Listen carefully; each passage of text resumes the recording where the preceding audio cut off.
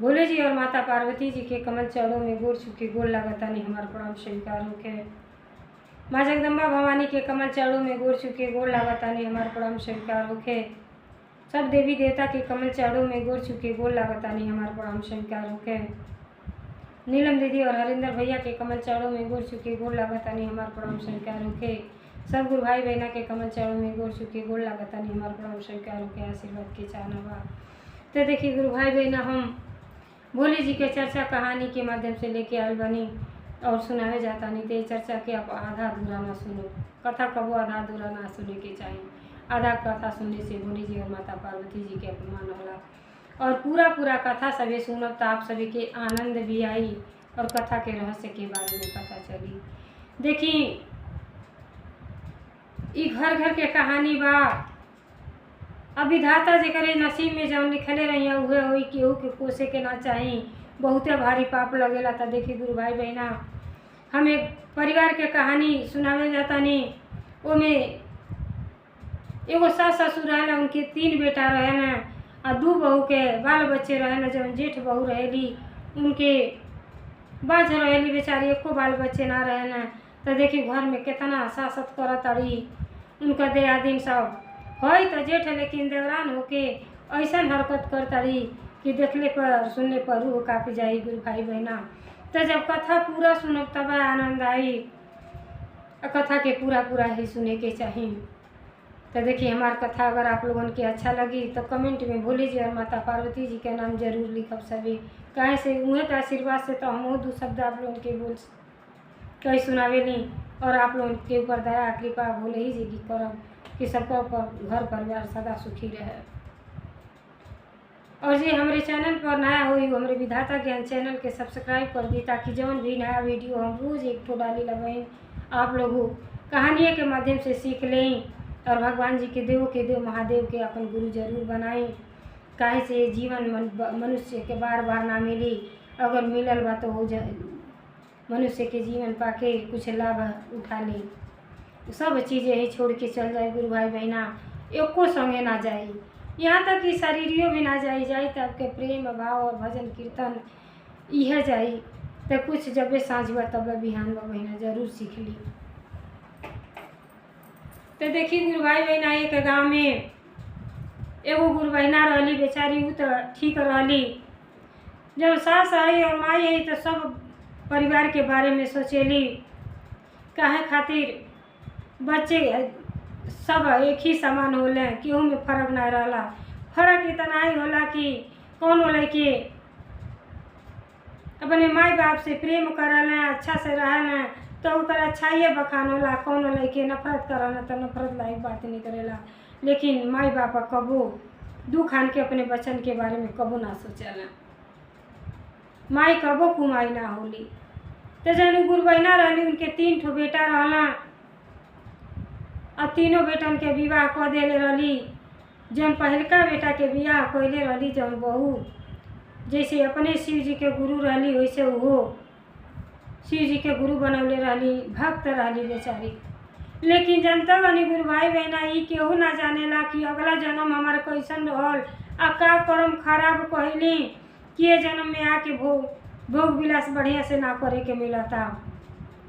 तो बेचारी मनुष्य के जन्म पा के जब से होश संभरले रहली, भक्ति भाव में रहली सास पतो, लेकिन पूर्व जन्म के लिखनी तो केहू मिटाई ना पाई।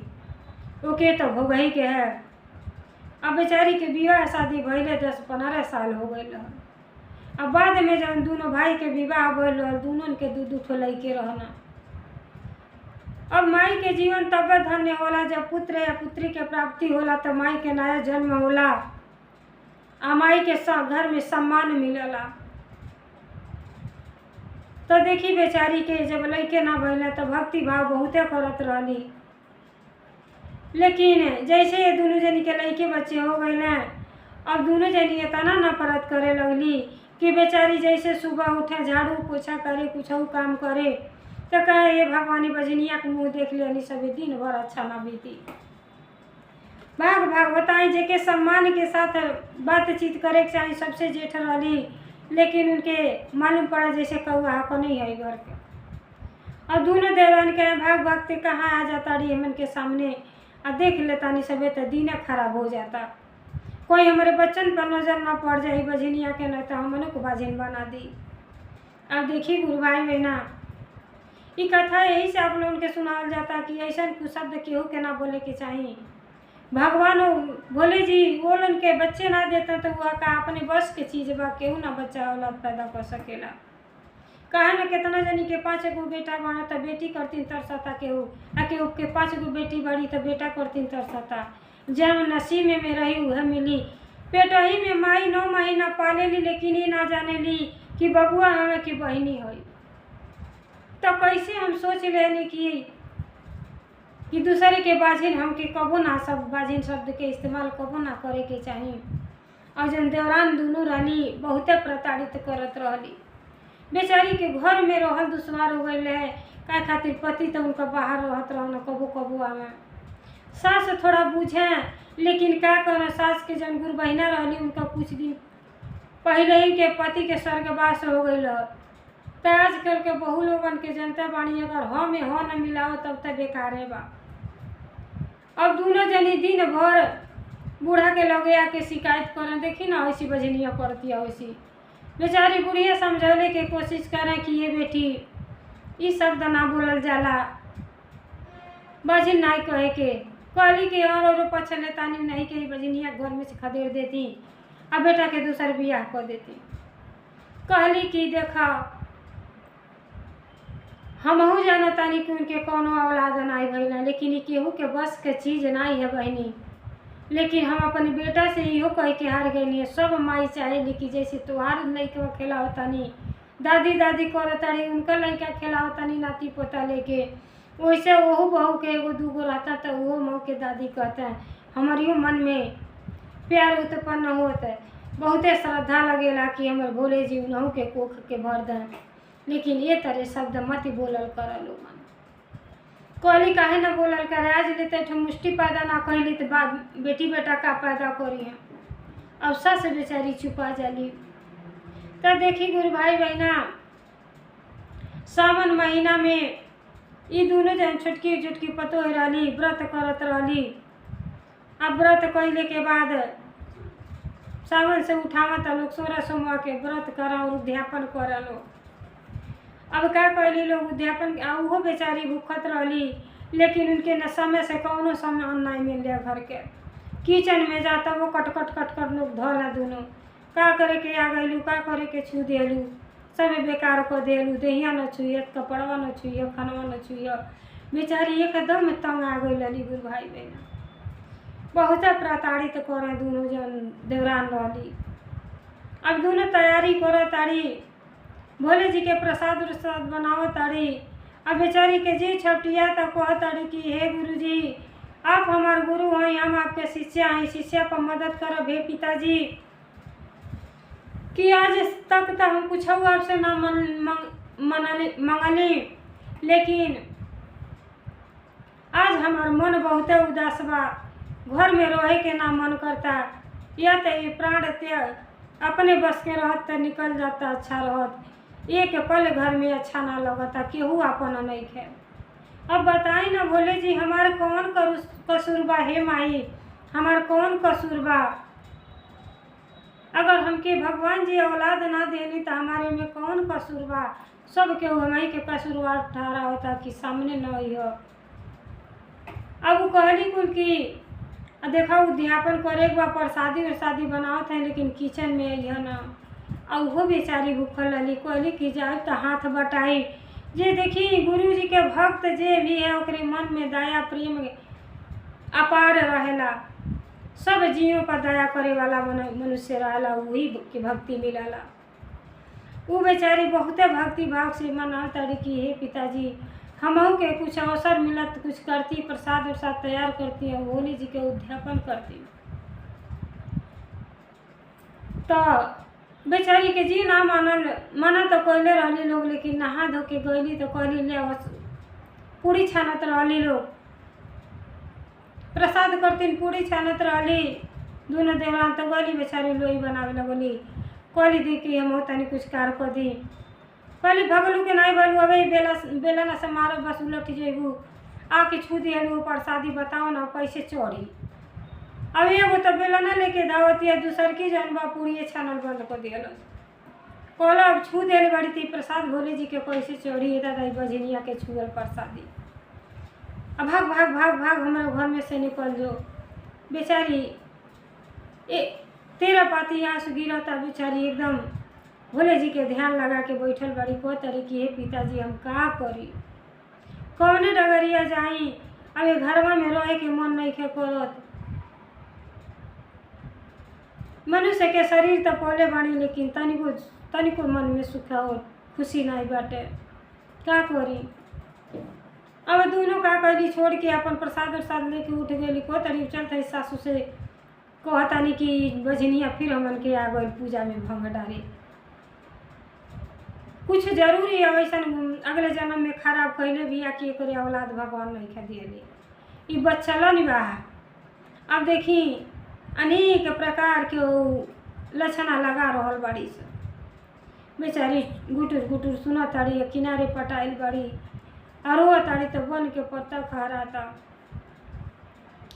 अब वहाँ से दोनों देवरान उठली तो चल देली सास के लगे गली तो कह ताड़ी कि आ देखी ना फिर बजनिया पहुँच गए कहनी है ना कि कहीं खदेड़ दिया घर में से न रही ना मुँह देखे के रही कहली अरे काहे लोगन ऐसा कह ताड़ू अरे बस के केहू के चीज बा कहली काहे ना बस के बा कहती है कि हम भगवान जी के पूजा करब न जानी कौन कर्म खराब कैले बा भगवानों के ना बदलाम करतिया आई के पैसन भगवान खुश रहता तो दिहले ना रहता औलाद। अब देखी लगली भगवान के जब व्यंग बोलेली कि ऐसे ना रहती तो भगवान इनकी औलाद ना देता।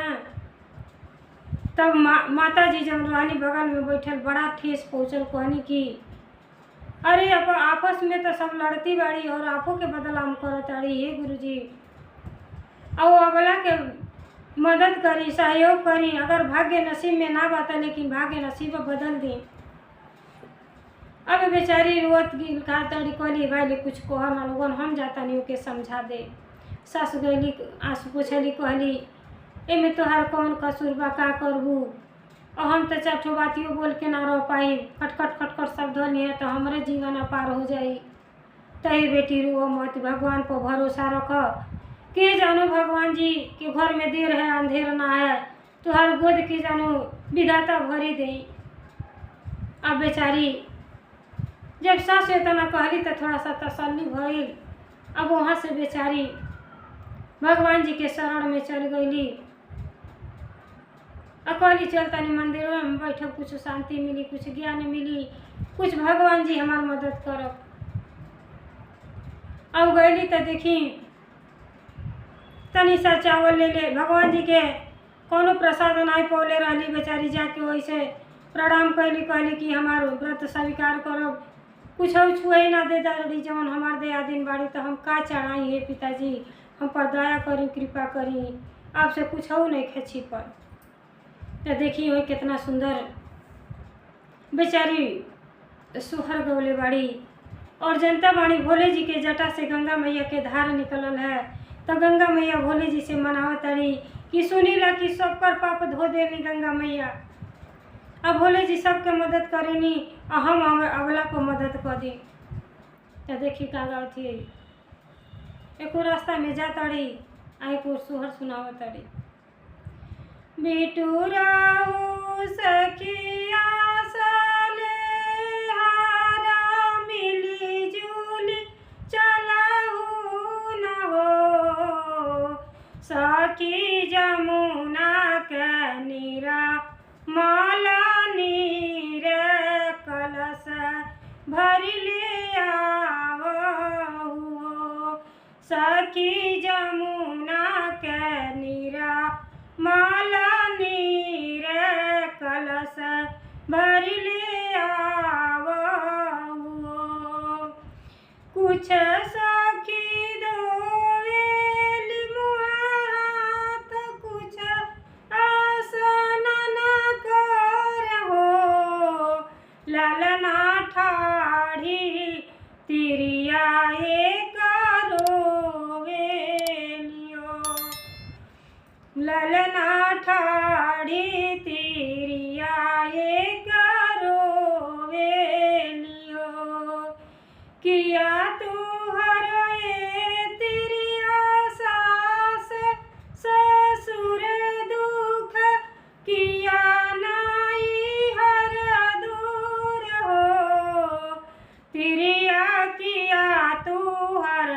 पति परदेस कवने दुख रोवेलु तिरिया किया तू हर पति परदेस कवन दुख रोवेलु नहीं हमारे सास ससुर दुख नहीं राई हर दुख हो गंगा मैया नहीं मोर पिया परदेस कोखिया दुख रोवेलियो गंगा मैया नहीं मोर पिया परदेस कोखिया दुख रोवेलियो तेलवा तो मिलला उधार तनु न व्यवहार मिल हो मैया कोखिया के कवना उधार यही विधि रोइला गंगा मैया कोखिया के कवना उधार यही विधि रोइला चुप हो खाए तिरिया चुप हो का जनी रोई मारा हो तिरिया आजू के नौवे महीनावा होरिलवा तुहरे जन्म लिया एक मासो बीतल दूसरे मास और तीसरे मास हो ललना बीतत बीतल नव मास तोरी ला जनम ले लो ललना बाजे लागे अनाथ बाधैया उठना लागे सोहर हो ललना बजे लागे अनाथ बाधैया उठना लागे सोहर हो। तो देखिए गुरु भाई बहना बेचारी जब हर जगह से निराश हो गई तब भोले जी के मंदिर में जाके और वहीं गंगा मैया के किनारा रह जनते बनी भोले जी के मंदिर तो गंगा मैया के धरवे में वर्णन। अब गंगा के किनारे जाके अतिरिया अपन भजन सुनाव सोहर सुनावत ताड़ी और भगवान से आग्रह कर ताड़ी कि हमार जन्नत देवा दया दिन बड़ी बहुत कष्ट पहुँचावत ताड़ी हमार मुँह उजरार कर दी हे गंगा मैया सुनीला जे आपके शरण में आवला तेकर उद्धार कर देली तो हमारे कोख भर दी और हमके ललना दे दी हे माई। तो देखी भगवान के घरे देर है अंधेर ना है माई के आँख में आंसू आ गए भोले जी सोहर जब सुनली तो दोनों जनी अति प्रसन्न भैली और गंगा मैया और भोले जी और माता पार्वती जी के आशीर्वाद से और बहू के बहुत सुंदर ललना भैलें और जौन देवरान लोगन रहली मुँह करिखा पोता गए दोनों जनी के मुँह भगवान बंद कर दियली और तब लोगन के ज्ञान हो गई कि केहू के ऐसा बात ना बोले के चाही भगवान तो घट घट में बानी सबके शरीर में बानी अब शब्द केहू के ना बोले के चाही। सासु बड़ी धन्य भैली जब देखली अपन नाती तो कहली कि देखा लोगन भगवान के घर में देर जरूर बा लेकिन अंधेर नहीं खे ये भोले जी के शिष्या रही देर सही लेकिन भगवान जी इनके बालक दियनी हमारो आए लेके हमार नाती 100 साल जिए घर में आनंद आ गई पति पत्नी और सास अजन दोनों देवरान रही सब केहू के मन बदल गई और सब के भोले जी के भक्ति प्रेम पूर्वक से करे लगल। आ पहले तो जाके दोनों दयादी जन रही दोनों देवरान मंदिर में जाके माथा टीके लगली कि बहुत भारी हमन के गलती कैनी जौने अपने जेठानी के सम्मान देवे के चाही पल पल पर अपमान देनी सबे तो हमें के तो माफ़ी बात करे लायक नहीं खे लेकिन आप हमके माफ़ कर दिए भोले जी आज से ऐसा गलती ना हुई। अरे जेठ बहन तमाई के समान होली जेठान तमाई के समान होली जे अपने से श्रेष्ठ भाव कर आदर भाव करे के चाही और आशीर्वाद पावे के चाही।